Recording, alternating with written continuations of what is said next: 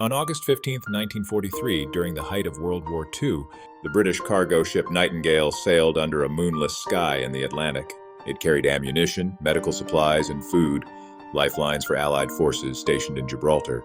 Captain Thomas Carrington, a seasoned mariner with decades of experience, knew the waters were teeming with danger. The Nightingale was modestly armed, with two 20-meter Oerlikon anti-aircraft guns and a 3-inch deck cannon. Lieutenant Edward Marshall, a young but fiercely determined Royal Navy officer, led the gunners. His orders were clear: protect the cargo at all costs. As darkness enveloped the sea, a faint drone broke the silence. High above, a German Focke-Wulf FW-200 Condor patrol aircraft circled like a vulture. The Condor's mission was simple: locate and mark enemy vessels for the nearby Wolfpack. The aircraft dropped flares, illuminating the Nightingale like a beacon in the black ocean. Captain Carrington ordered the crew to their battle stations. Within an hour, the first torpedo wake was spotted cutting through the waves. "Hard to port!" he bellowed, his voice steady despite the chaos. The ship veered sharply, and the torpedo narrowly missed its target, exploding harmlessly in the distance. Moments later, U-117 surfaced, its deck guns blazing. The Nightingale retaliated, firing its 3-inch cannon. The gunners, though outmatched, managed to land a hit on U-117's conning tower, forcing it to dive. But the respite was brief. Two more U-boats, U-96 and U-84, joined the attack. The Nightingale was surrounded.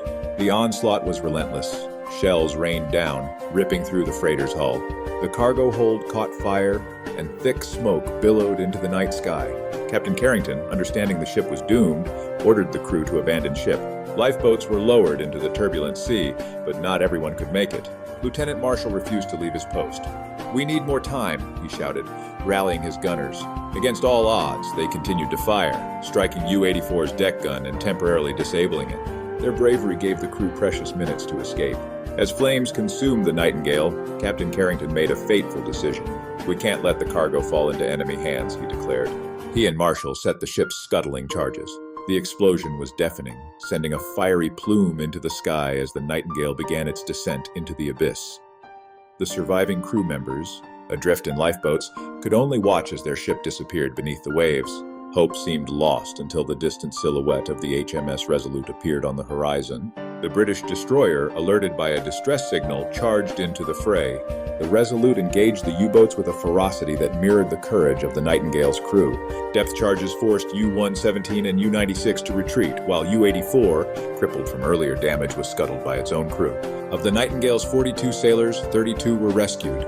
The survivors carried with them tales of extraordinary valor. Captain Carrington and Lieutenant Marshall, who went down with their ship, became posthumous symbols of selflessness and duty. Years later, a memorial was erected in their honor in Gibraltar, inscribed with the words, "For those who sailed into the night and lit the path to freedom."